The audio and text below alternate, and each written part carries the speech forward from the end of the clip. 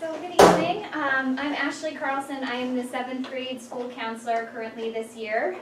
This is my 5th year here at KP.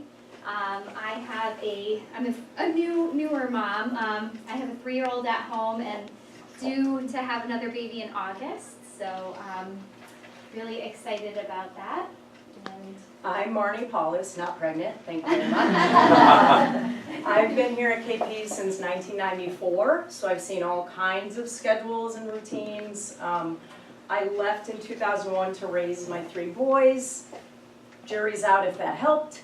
I've been back here since, 2011, so I took about 10 years off. So I always say that was back then was my then teacher, and this is the new and improved because I come seeing what happens in the middle school. I've worked in elementary schools, so I feel like I know K through 12 now pretty well. And I wouldn't be anyone else. I love the middle school. Those teenagers, it's the best stage. They're so weird. So great. You can't make up what they say. In retirement, I'm going to write a book. I'll invite you all to. so during this past month, your child has had the opportunity to come to KP for a visit, just to get a tour of the school. No, you're shaking your head. It's tomorrow. Oh, okay. All right. All right, sorry, Okay. yes, there is. Aiken, we have Aiken left and Whiting Lane. Whiting Lane, thank you. So we do have 2 more visits, sorry. So they will be coming. Some have already come and had the opportunity to get a tour of our school. But once they arrive and they're shuffling into the cafeteria, and they all have a chance to sit down and settle in, the first thing we ask them is, how do you all feel about being here? We recognize emotions are a huge part of your child's ability to focus and be present and learn. So we really try to help understand where they are. And so just to kind of get a sense of you're also part of this process as parents, what are you guys all feeling about your child's transition to KP, to middle school? What sort of emotions do you guys feel when you think about it? Worried? Okay. Excited? I feel like a chapter is ending, and I'm not sure what the next chapter is, and I'm hoping I'm prepared Sure, for it. absolutely. Yep. So, similar answers. Your kids are happy, they're excited, they're also a little nervous, worried about finding their way around. The unknown can be a little scary. So, so they do share some of that with us. So we're going to talk tonight about how to help your child succeed in middle school and reduce your stress. So a typical day when the kids start to, by around October, they start to say, we have homework and we're in school all the time, we don't have a life, because the days they fly by, and they start to get that sense of, oh, we do is schoolwork. So I bring up this pie chart and I say, most of the time you guys are sleeping, which you should be. You're growing when you sleep at this age. Like literally, I can hear your cells splitting as I'm teaching you. School, they're only here 33.3% of their day. It's a third of your day. You can do this, right? Homework, look how tiny. Who wants a piece of pie that small? Are you kidding me? Then I say, well, look at all this yellow, meaning other. All that time in your day, you get to play. You can go ride your bike, you can go to your sporting events, you can hang with friends.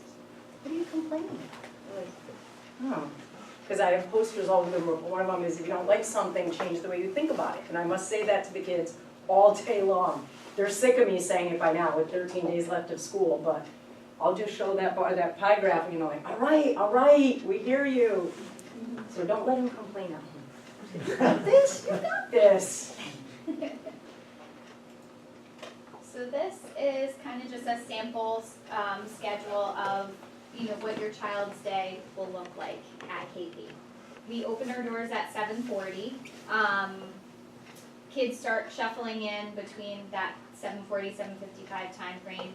They'll go to their locker, kind of get settled in, and then a new structure we have in place this year is they're going to go to their first period class. Typically it would have been advisory, that's what we've done. This coming year in the fall, we're going to start with academic right away at 8 o'clock. So from 8 Classes run 42 minutes long, so they'll start with an academic. They have unified arts, which is specials your kids have had, art, music, health, PE, and technology and engineering. So, so they'll have, some academic classes, UAs. We do have advisory. It's not been taken from their schedule completely. They'll have it just in the middle of the day to kind of help break up the day a little bit. And then they'll go to lunch, learning lab. They may be in a classroom with a regular education teacher. They may be, doing choir, band, orchestra, quest. There's lots of different options they can do during that learning lab period. And then they'll finish their day with their academics and UA.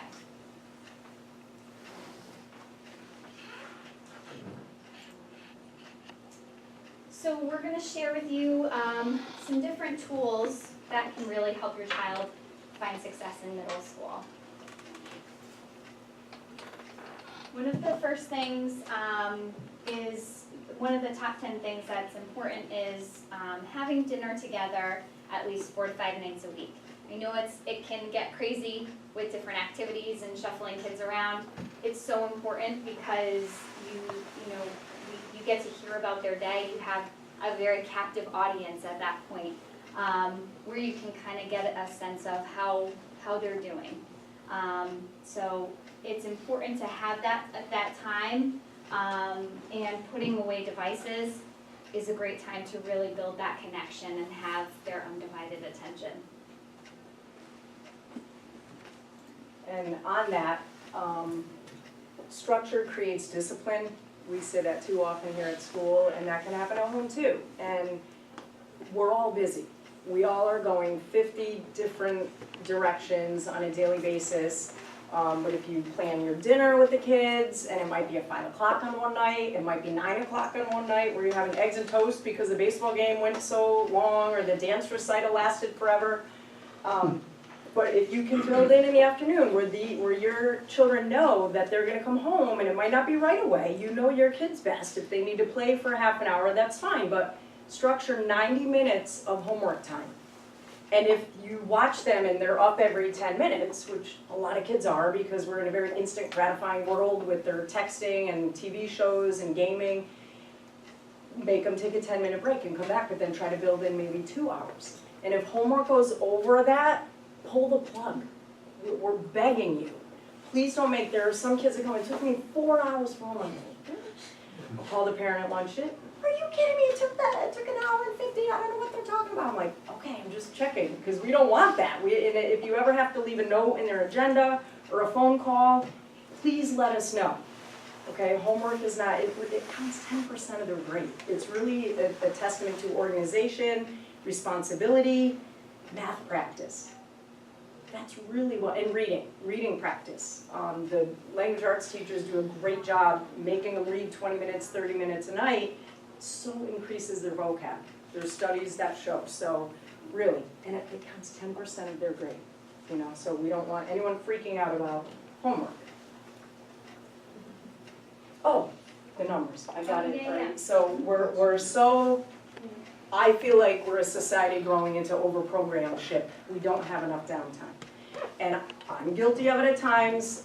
You can't just play soccer, you have to do FSA or Premier. You can't just play hoops, you gotta do AAU or make the travel team. And you can't, by the time they get all to high school, it all goes away anyway. I mean, it's a big deal in middle school, but they get up to high school, but I played AAU for 3 years, I didn't make the team, like, sorry, right? Here's this, what do you think 5.6% deals with in terms of sports? Anybody wanna guess? It's the amount of high school athletes that go on to a D1 school and get money. What do you think 1.4% is? Professional. People that make it to MLB, NBA, and right? So I'm just saying, keep the perspective. Because every 11-year-old thinks they're going to be on the MLB, or the girls think they're going to be the next dancer, and God love them, have at it, but don't let it overtake the life. My soapbox. That's all. Establishing a workstation so students can stay organized. This this might look, you know, having a designated space for them to get their work done, it kind of creates that productivity piece if they have a place that they're always going to get their work done. It could be at the kitchen table, it could be in an office, a bedroom, dining room table. You know, I think involving your child in that process of identifying a space within your house that works well for them, where they can get the work done. Technology, we are shifting into a lot of technology where assignments are offered through Google Classroom, or maybe they have to type. Just kind of monitoring them as they're going through that, monitoring what they're doing on their computer, on their cell phone, so that, you know, it can lead to that procrastination where you think they've spent maybe an hour doing homework, but maybe they've been on different websites and they're not really doing the work. So just kind of keeping them at arm's length to check in and monitor.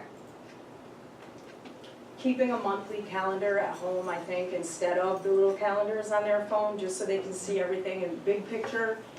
If they want to do play some mornings, 6th grade offers play, I'm not sure of the mornings, but like Monday, Thursday, or Tuesday, Friday or something, where they can go in at 6:40 in the morning and get their exercise for a solid hour. They love that, but if they miss it, they get upset. So things like that, intramurals, projects coming up, it's good for them to see, look, in 2 weeks, you have this science project due, so this is how many days you have to get it done. Because, we got plenty of time. But let's look, you've got a game here, you've got dinner with grandparents here, you know, dad's picking you up here, you really only have 3 nights. I think having that as a big calendar helps them manage their time. And that's, if we can do our job here in middle school and at the high school before they go off to college to help them manage their time wisely, that's such a good skill. And this is just a sample. I'm on the diamond team, and this is our homework calendar for the month of May. And the yellow highlight, Google does it, yellow highlights the day we're on, and the kids can see, and you as well, just to cross-check, you know, did you do your math pages 317 to 318? How'd you know I had that? Right? You can just peek and check, and not every kid needs that. A lot of them are really, they own their own learning. You'll be amazed at how quickly they grow and adapt. So kind of echoing what Marnie was saying about knowing the team's website for homework, and use to check it if needed as backup. So we want them to first use their agenda as a tool to write down their assignments and kind of get into that habit of doing that. But knowing that the website's there is an excellent tool for them to have access to. And it's important for them to go on and check it if they haven't written it down, and kind of taking that ownership and responsibility for them to do that piece. So I snuck around today in my team's classrooms, and in every classroom there's a homework section. So the students know that's where it gets written down from every day. We try to put it up Monday for the entire week, because they know they're busy nights during the week. We also will be giving them an agenda the first day of school, so they're gonna come home with a really cool calendar-looking-esque book that they will write their assignments, or they're supposed to, every day. And we even go through it, say, turn a couple of pages, that's when the book assignments due, like make sure you see that. And then I even have them write every day before, don't forget book assignment, don't forget book. So we try to really instill those good habits for them to help themselves. Yeah? You were showing the website and the homework. Do they have access to their Google Classroom during the day? Like, can they just enter it on the computer if they want? Yeah, there's Chromebooks in the Yeah. classroom, so if they're working on a particular paper or something, they'd have access to the classroom, their Google Classroom in their classroom. Yeah. And then during Learning Lab, that's another time if they're not doing like choir or band, they would be assigned to a Learning Lab period where they can work during that time and start the homework. They can see teachers for extra help, ask clarifying questions. Kind of working in those advocacy skills are important.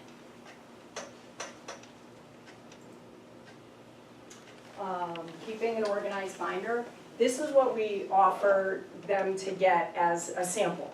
I've noticed more and more kids are getting those accordion, kind of they open up and they're an accordion style tan thing.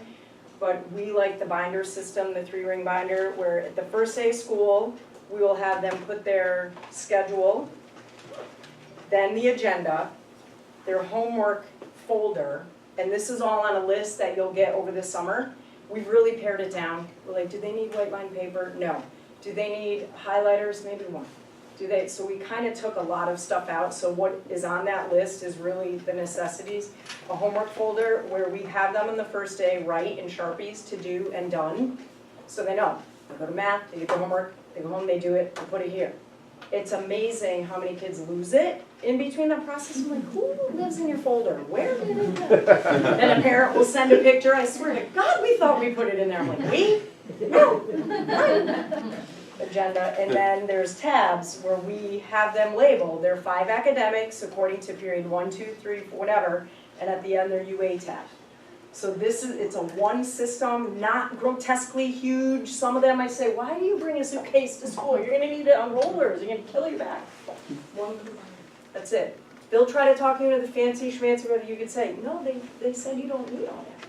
They may want it to be cool, I don't know, but it's not necessary. And also kind of getting into the habit too of, if they've said they finished their homework, having at least 10 minutes nightly to organize their binder. I often will have kids come in and their binder is like this and their stack of papers in the front and it's not very organized. And when I ask them about it, they're like, oh, I was rushing from this class right at the end and so I just shoved it in. But if they do it nightly, then it kind of helps manage that disorganization piece because they're rushing. It just helps them, they're not letting that kind of build up and then assignments are getting misplaced and it creates a lot of chaos. So think back to the time your child's toddling around in their diaper and they wipe out. What'd you do? Did you want to pick them up? You did. You didn't get your phones out and videotape and smile, laugh? Oh man, you wouldn't have liked my house. You're look, do it again. But really, I use this as, like, your children will get an F once in their life at KP. It's going to happen. Homework counts, like I said, 10%, but if they don't have that homework for that day, we purposely put it in as a 0 so they see the F, because one of two things will happen. They'll hate it and they'll remedy it right away and not like that feeling, or they don't care. So we need to know those kids that don't care right away. We get Ashley involved, we get school counselor, like, 3 in a row, we'll call home, like, what's going on? They don't do their homework at home, or they're just, so that's what we care about. If they care, good. Don't come down too hard, because it's going to happen. They're kids that make mistakes. I've been at this long enough to see it. If they fail because they don't understand something, totally different story. And that's where we need your help in partnering by saying, email the teacher if you're nervous to go talk to them. Because we'll get the email and pull them in. And they'll see we're not monsters, But to teach that skill of self-advocacy is huge. Let some come right in. Why'd I get the F? Like, you didn't give me your homework. I put it in the bin. No, you didn't. It's on your dining room table. Oh, right? We work it through. But some will just go through the day and not want to come speak. So I always encourage, email us. You have that email. I even give a lesson the first week of how to write a proper email. I'm like, don't text me. Don't lowercase anything. I love Mrs. Sullivan's. It's B4 spelled, not B4. Like, don't text me. I won't answer you. Right? But they learn so much. And that's our goal before they go off to high school. They do extra before they go off to college. But they do come in young, and it's okay. Let us be the heavy, I guess I'm saying. Number 2, keep worrying to a minimum. So this one, and I know it's easier said than done, but I heard this somewhere and it's really stuck with me, is that your voice becomes your child's inner voice. So if you're worrying, then they internalize that and they worry. So it's important, to allow them to really make mistakes and kind of figure out how am I going to solve this problem and kind of work through it, because then they'll grow from that. It really, offers that opportunity for them to figure it out. And not that you're totally hands-off, but you're kind of probing them with some curiosity questions of exploring, well, what did you do this time? Maybe they didn't prepare for a test, they maybe crammed the night before. What would you do differently? Kind of getting them to think through that process allows them to really take ownership of it. And I don't know if you have kids in high school and college, but they do, it goes so fast. So just love them. If they're crying over something, just hug them and listen, right? And I have to tell this to myself all the time too, try not to judge, hear their problems. The older they are, the bigger the problems. But just love them. I should have changed that font, it's too bright. Can you read it? Sorry. Questions for us? Really? We were that good at it? Okay. Or you're just too hot and tired, it's hot. I'm looking at the clock, I'll be back in 12 hours, I need to get my piano. Yes? Do the human beings born in 2007 and 8 really believe in the binder? Like, do they not need digital stuff? They can deal with papers? Dealing with the papers, it's fun to watch. Yeah, you get, for next year's, if we're together, I'm taking a picture what the binders actually look like in spring. That's a good point. Yeah. I should show We it. do a lot, we all have a Google Classroom.